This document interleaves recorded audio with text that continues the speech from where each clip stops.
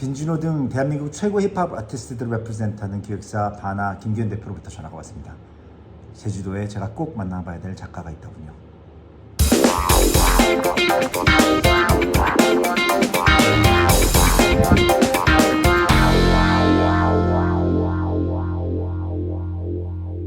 한 번은 콜렉터 그룹 왔는데 유명한 빵이라고 싸왔어.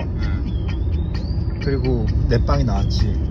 와. 사람들이 처음에는 그 유명한 빵 보고 맛있다 그러더니 내 거 딱 나왔는데 결국 내 거만 다 먹었어. 와. 근데 물론 좀 언페어한 거는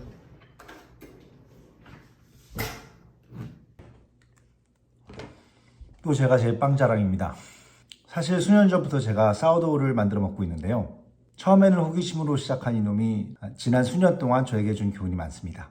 수천 년 동안 인류가 먹었던 빵이 왜 갑자기 공공의 적이 됐는지, 그 역사를 살펴보면 문제는 빵이 있는 게 아니라 더 빨리, 더 많이 만들고 싶은 우리의 욕망에서 왔다는 것을 알 수 있습니다. 빵의 역사에 대해서는 나중에 또 이야기해 보도록 하고요. 오늘은 이 사워도우 같은 한 작가의 이야기를 해볼까 합니다. 클럽에서 파티가 열렸고 일하던 제주도에서. 예, 월정리에서 그날 이 녀석을 만난 거예요. 얘가 애기였는데 혼자서 계속 돌아다니다가 거기가 지하 클럽이었는데 지하로 내려와서 그 클럽 주인들이 키우기로 했는데 결국 저희가 키우게 되는 이런 상황. 버려진 거를 못 버리시네. 너무 귀여웠어요. 버려졌다기보다는 얘가 이만한 애기면서도 엄청 독립적이고 함부로 오지 않고 왔다 간 보고 아니네 하면 갈 줄 알고 좀 그런 게 있었어요. 강단도 있고 너한테 의존하지 않겠다 이런 태도를 애초에 가지고 애기 때부터. 근데 이렇게 새 가족이 됐는데 그때까지도 집이 없고 타일도 못 배웠고. 타일도 못 배웠고 그 클럽에서는 더 이상 하면 안 될 것 같고. 사실 아직 데뷔도 했다 볼 수 없는 임병헌 씨는 꽤 유명한 언더그라운드 밴드의 베이시스트였습니다. 그랬던 그가 밴드에서 하차하면서 먹고 살 길을 고민하다가 제주도에 유명한 타일공이 있다는 소식을 듣고 그에게 기술을 배우고자 무작정 제주도로 이주를 하게 됩니다. 또 월정리에 이제 돈가스 하는 어떤 부부가 있었는데 자기네 1층에 방이 하나 남으니까 거기서 좀 살으래요. 그래서 소정아 거기 가서 살자 해서 이제 셋이서 거기 들어가서 살았죠. 근데 당시에 이제 소정이가 너무 힘들어서 서울에 잠깐 갔다 온다더니 오질 않더라고요. 그 파일 말고 그냥 합지 기술자, 합지를 하는 사람을 만났어요. 어떻게 보면 인터넷 뒤지다가 혼자 일하는 사람이었고 이제 조수가 필요했던 거죠. 흔히 그 목수가 하는 일 아니냐 이렇게 질문을 받는데 이제 떡가베라고 해서 1년 정도 그 사람하고 다니면서 기술 배우고 보스를 오야지라고 불렀던 것 같은데 도박을 좀 했어요. 그러니까 버는 족족 그냥 도박으로 날리고 자기 뭐 선물 투자했는데 뭐 어쩌고저쩌고 그런 얘기 맨날 듣다가 어느 날 병아 미안하다 형 떠나야겠다 이러면서 제주에는 더 이상 일이 없고 미안하다 이러면서 가버린 거예요. 그래서 근데 실력은 그때 조금 부족하긴 했지만 그래도 맡아서 해볼 법은 했어요. 그래서 어떤 일을 맡았죠. 그래서 한 아파트였는데 6개월 동안 혼자서 이제 그걸 해서 그래 나 이제 독립을 했구나 이걸로 돈 벌면 되겠네 이렇게 생각을 했는데 그때 어깨가 아작이 난 거예요. 이게 익숙지 않았던 노동일에 어깨를 다친 병학 씨는 요가를 통한 자연치유를 위해 한 요가 마스터를 찾아가게 됩니다. 그러니까 한 80년대, 70년대쯤에 어린 시절을 김영이라고 하는 바닷가 마을에서 태어나셨는데 그땐 요가 같은 것도 모르는 시절에 혼자서 요가를 하신 거예요. 그러니까 자기가 알 수 없는 어떤 자세를 막 하고 요가한지도 모르고. 네, 그때는 뭐 요가 이런 것 개념도 없으니까 그러다가 어느 날 이제 아버지가 일본에 갔다가 요가 책을 사다 줘서 이게 요가구나 알게 되시고 그러니까 뭔가 있는 거죠. 그게 뭐 전생까지도 그분은 얘기를 하시는데 그 요가라는 말이 원래 의미가 유니언이에요. 유니언. 하나됨. 그러니까 어떤 요기가 그렇게 설명을 하더라고요. 나무가 이산화탄소를 호흡하고 산소를 내뱉으면은 네. 그 그 산소를 내가 호흡하고 난 이산화탄소를 내뱉고 이렇게 우리는 이미 하나로 연결돼 있다. 그게 요가라고 하더라고요. 네. 그분은 책을 보기 전에도 이미 하나였던 거죠. 그러니까요. 와. 저희도 그래서 가봤죠. 유명하고 그래서. 근데 보통 분이 아니더라고요. 엄청 미남이신 데다가 기운 자체가, 이 무드가 실력은 압도될 정도로 그 공간을 꽉 채우는 그런 경험을 했던 것 같아요. 처음 가서. 한잔 하고. 진짜 맛있습니다. 1월 11일 날 결혼을 하고 네, 그러니까 파도 신문은 언제? 파도식물은 이제 돈이 떨어져가는 5월 말쯤에 5월 말쯤에. 2017년에 처음 제주를 와서 아, 처음 왔었구나. 3개월 동안 클럽에서 일을 하다가 네. 현장 일을 이제 시작을 해서 한 1년 반 하다가 음. 아파져서 요가를 기웃거리다가 소정님도 그때 같이 제주도 오신 거예요? 네, 17년에 같이 왔죠. 물론 잠시 도망갔었지만. 예, 한 달 반이었나요? 잠깐 떠나 있었어요. 이해합니다. 예, 쉽게 다시 돌아갈 수가 없더라고요. 아, 하지만 이제 너무 보고 싶어 하고 전화 계속 오고 언제 여기 언제 오니 집 구했어. 집 사진 계속 보내고 그때 집을 엄청 알아보러 다녔어요. 원래 집을 구하자고 하고서 가긴 했는데 왜 안 오지도 모르겠고 말도 뚜렷이 안 하고 이거 얘 떠나려고 이러나 이런 기분도 들고 그래서 집을 더 열심히 구했지. 성공하셨네요.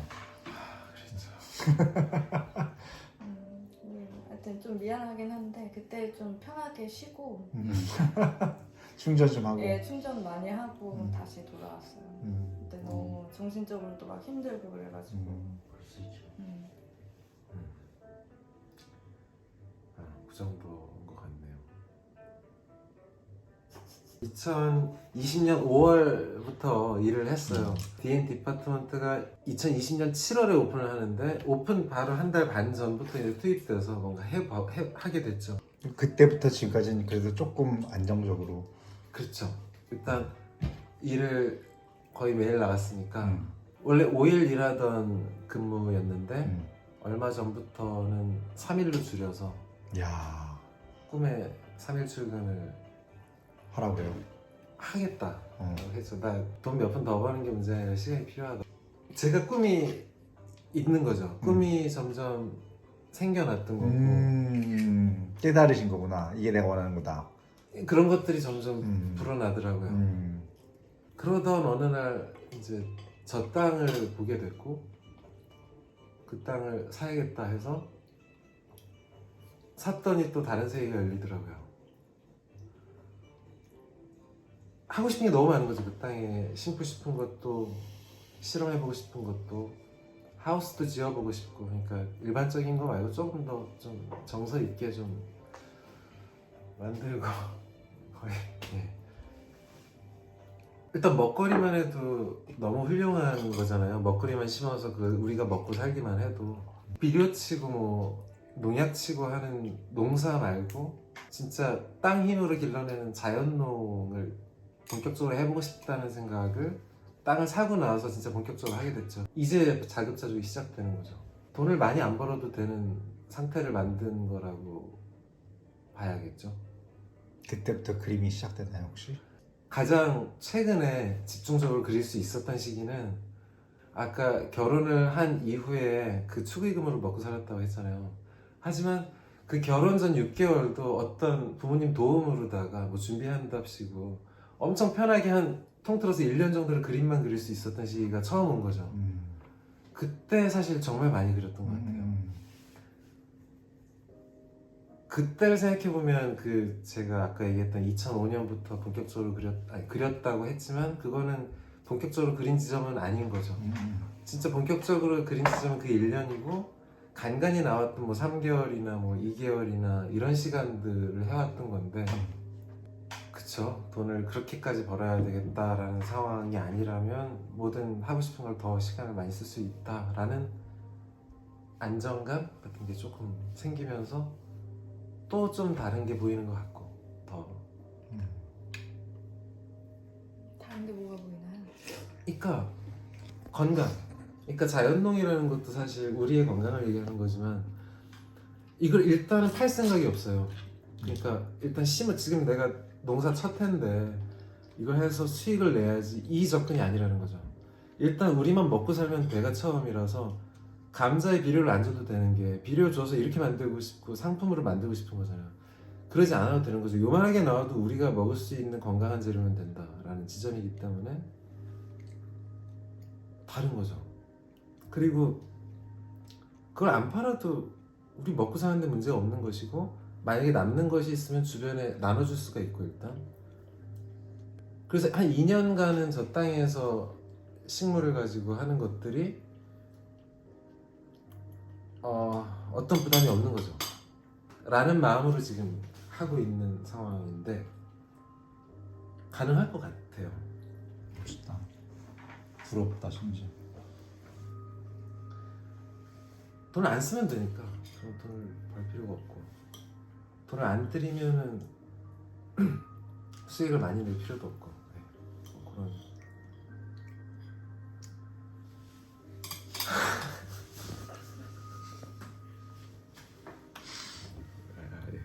김기현 대표로부터 처음 소개받았던 임병학 씨의 작업 이미지는 저를 사로잡을 만큼 매력적이지 못했습니다. 하지만 그가 아니면 안 될 것 같은 무엇인가가 저로 하여금 그를 궁금하게 만들었고요. 저는 그 직감을 믿고 제주행을 택했습니다.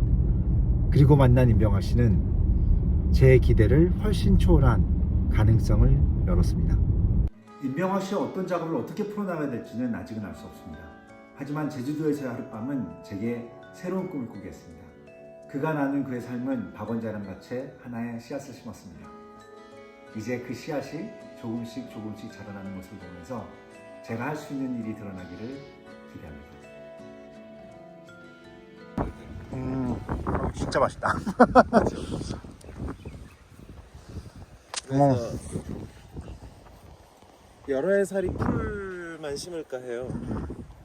근데 그게 이제 1년 내내 좀 움직이는 거죠. 그 식물들이 꽃이 피는 놈도 있고 겨울 되면 이렇게 꽃송이가 맺혀서 죽은 것처럼 보이지만 너무 예쁜 그림이 나올 것 같아요.